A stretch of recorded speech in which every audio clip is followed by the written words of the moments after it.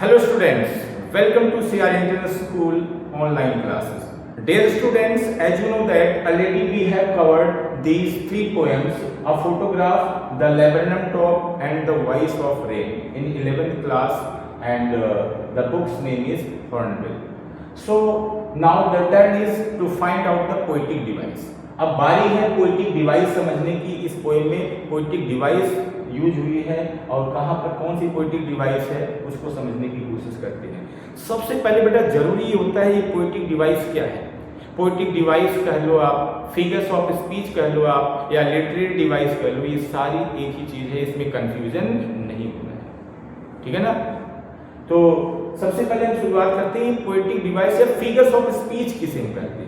Actually, beta, figures of speech is a departure from the ordinary form of expression in order to produce greater effect.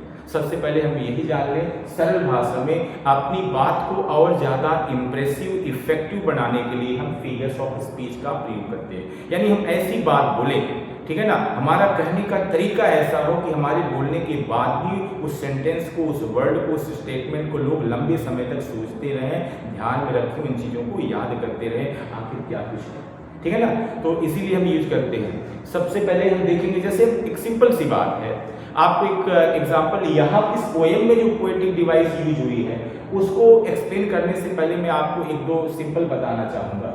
जैसे आपने अतिशयोक्त अलंकार, जैसे हिंदी में आपने पढ़ा होगा, हाइपरबोले फिगर्स ऑफ स्पीच बोलते हैं।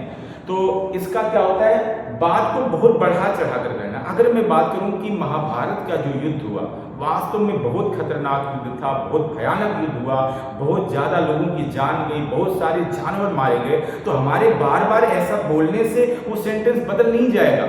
लेकिन अगर उसी चीज़ को हम दूसरे तरीके से फिगरेटिव लैंग्वेज में बोलें, फिगर ऑफ स्पीच, यानी हम जो बोल रहे हैं उसका एक फिगर आपके माइंड में बन जाए।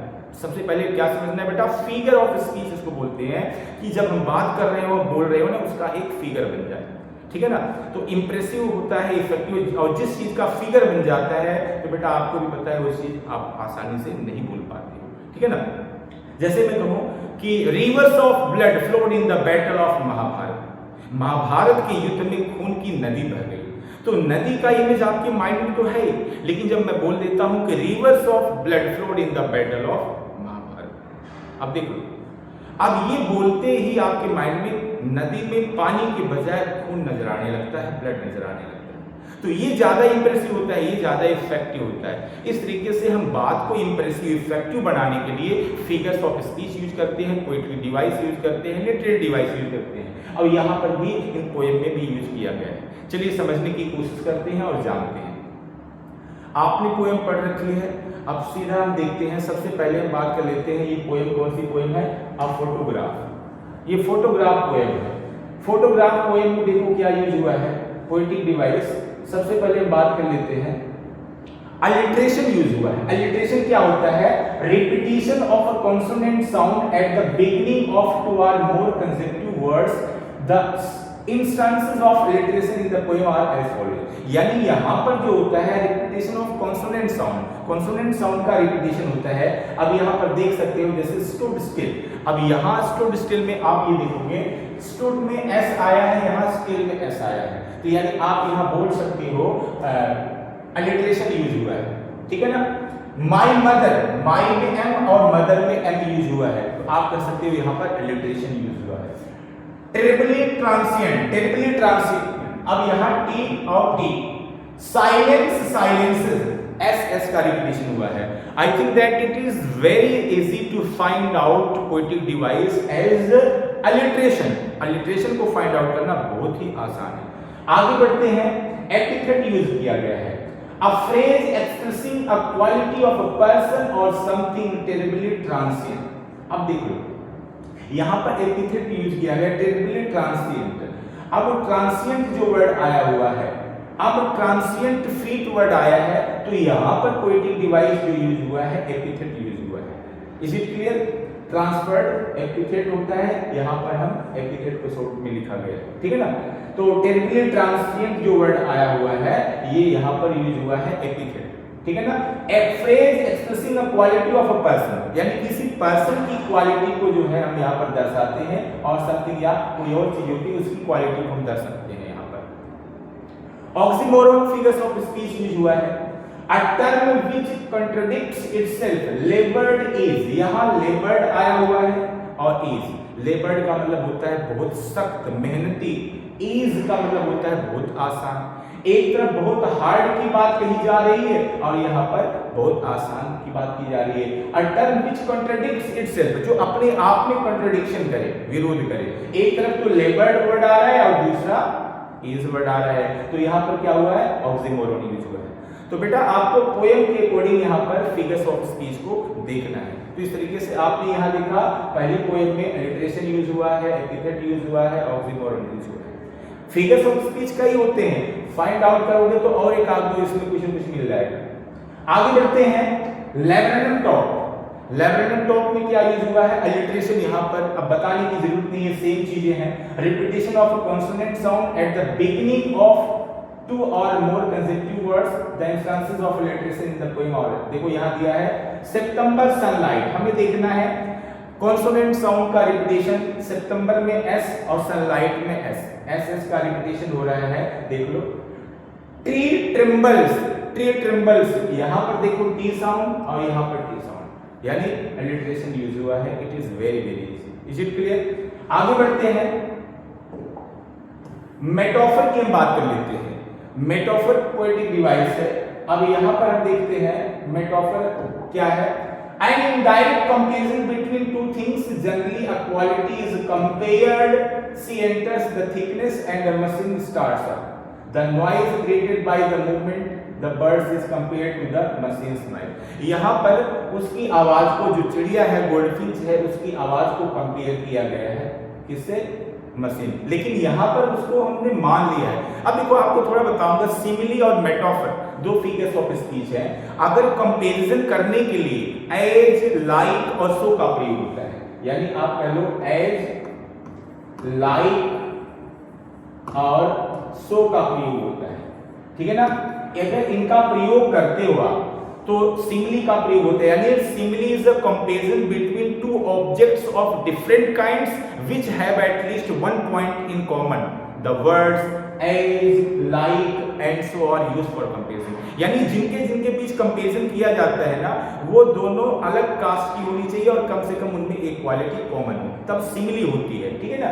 और सिमिली और मेटाफर में फर्क क्या है, सिमिली में एज, लाइक, सो का प्रयोग करते हैं, जबकि मेटाफर में एज, लाइक, सो का प्रयोग नहीं करते, बल्कि उनको एज इट इज हम मान लेते हैं, ठीक है ना। जैसे मैंने कहा, Rana Pratap fought like a lion in the battlefield, ध्यान से समझना बेटा, Rana Pratap fought like a lion in the battlefield, Rana Pratap युद्ध भूमि में एक शेर की तरह लड़े। तो यहाँ लाइक जो हमने वर्ड यूज किया कि Rana Pratap fought like a lion, यहाँ लाइक वर्ड हमने लगा दिया तो सिमिली है।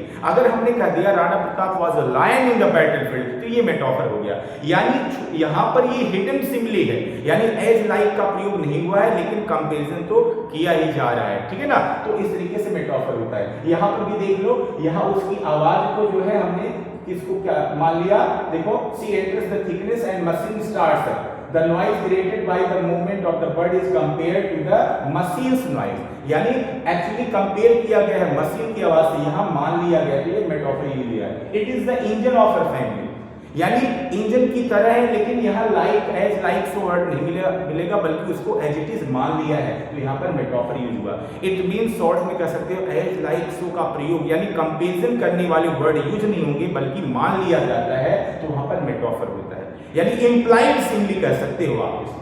डन, चलो आगे बढ़ते हैं, पर्सोनिफिकेशन की हम बात कर लेते हैं। पर्सोनिफिकेशन क्या होता है? In personification lifeless objects and abstract ideas are thought as having life. It means यहाँ निर्जीव वस्तुओं का ऐसे वर्णन करते हैं जैसे उनमें जीवन होता है। यहाँ देख लो, the attribution of personal nature characteristics to something non human, the whole tree trembles and thrills. अब एक बात बताओ, यहाँ कांपने का काम देखो ह्यूमन बींग्स का है, लेकिन यहाँ whole tree trembles and thrills, यानी रोमांचित हो जाना, ये ह्यूमन नेचर है। लेकिन यहाँ हमने किसको बताया है, ट्री को बताया है, यानी ह्यूमन क्वालिटी को हमने यहाँ ट्रांसफर कर दिया, किसको, पेड़ को कर दिया है। अब पेड़ को हम ऐसे दर्शा रहे हैं जैसे कोई ह्यूमन बीइंग फील कर रहा हो, कांपने का काम, रोमांचित होने का काम। तो यहाँ पर पर्सोनिफिकेशन हो रहा है, यानी पर्सोनिफिकेशन क्या होता है, हिंदी में बोलते हैं मानवीकरण। यहाँ हम इसको क्या कर दिए हैं, पर्सोनिफाई कर दिए, ठीक है ना।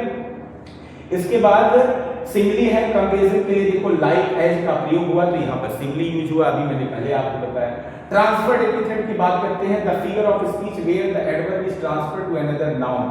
हर बर्ड फेस आइडेंटिटी मास्क, यहाँ पर यानी जब क्वालिटी को हम किसी दूसरे को ट्रांसफर कर देते हैं, the figure of speech where the adverb is transferred to another noun, दूसरे नाउन को ट्रांसफर कर दिया जाता है। Her bird face identity mask, ये क्या है, यहाँ पर हम यूज किए हुए हैं, ट्रांसफर्ड एपिथेट का प्रयोग हुआ है, ठीक है। आगे बढ़ते हैं,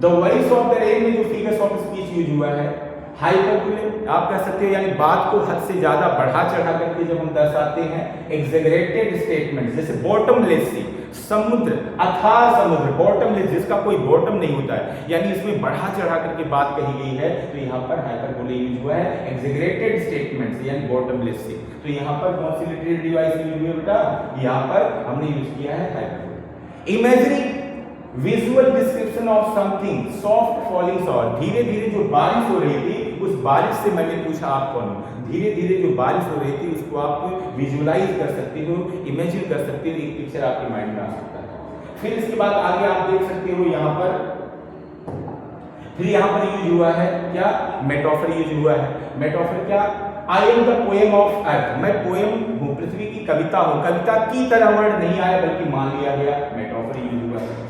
पर्सोनिफिकेशन फिर आ गया, I am the poem of earth, said the voice of the rain, बारिश ने कहा कि मैं इस पृथ्वी की कविता हूँ, एक ह्यूमन की तरह ट्रीट किया गया।